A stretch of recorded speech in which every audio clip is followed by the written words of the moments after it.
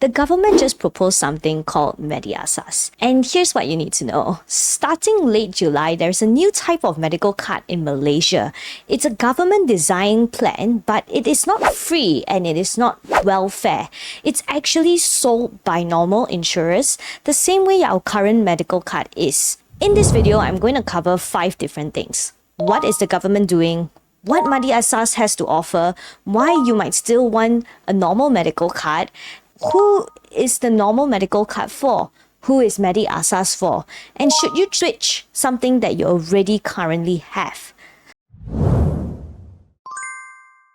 Why is the government launching this new plan? Malaysia's medical inflation has been at an all-time high, with insurance premium increasing 40 to 70%. And even though the government has capped this to 10%, the medical inflation is rising. It's currently sitting at 15%.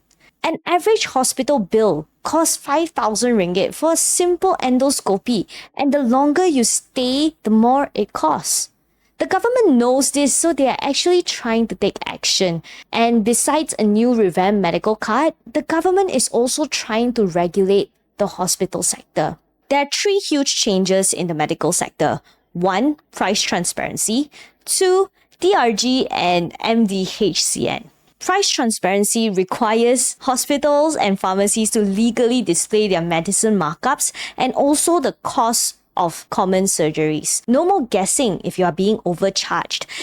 And the term DRG stands for diagnosis-related groups, which means that there will be a flat price and flat rates for specific illnesses. For example, if you get an appendix removed, and if they do it efficiently, they get 6,000. But if they don't, and they overtest you and make the wrong calls, cost goes up to 10,000 ringgit, the hospital actually has to eat their loss. This forces hospitals to stop pushing unnecessary scans and get you home faster.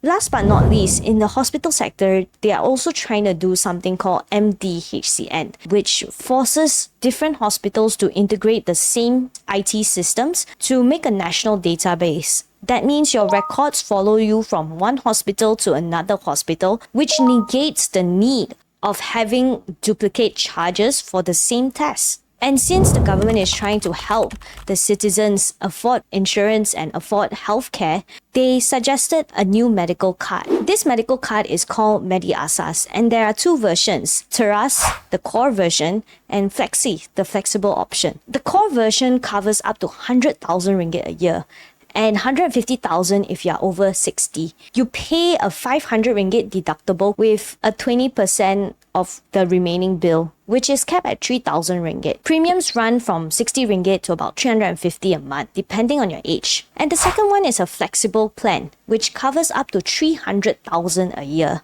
But the deductible is much higher, sitting anywhere between 10,000 to 15,000 per claim. It's built for people who already have some coverage and just want a protection against a catastrophic bill.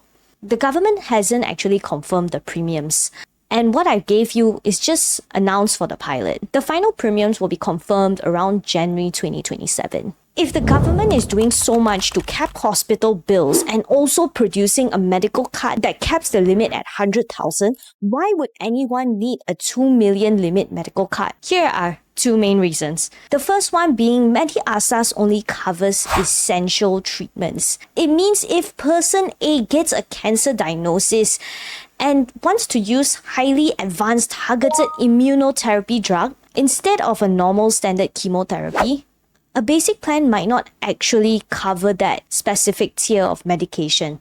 Number 2, hospital access. MediAsas works through a specific network of participating hospitals, those who agree to the flat rates.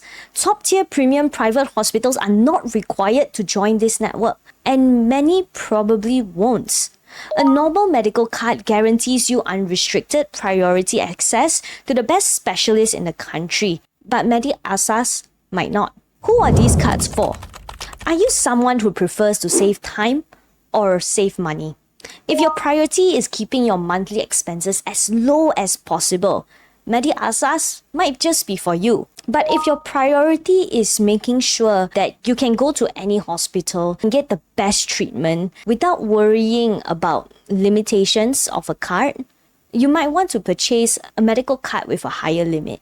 If you get seriously ill and want the choice for the best treatment, MediAsas is a brilliant baseline, but it may not cover what you actually want. Last but not least, if you have ever had any hospitalization or major diagnosis before this, switching to a new policy means that you might have to go through loading, exclusions. So the choice of switching really depends on you.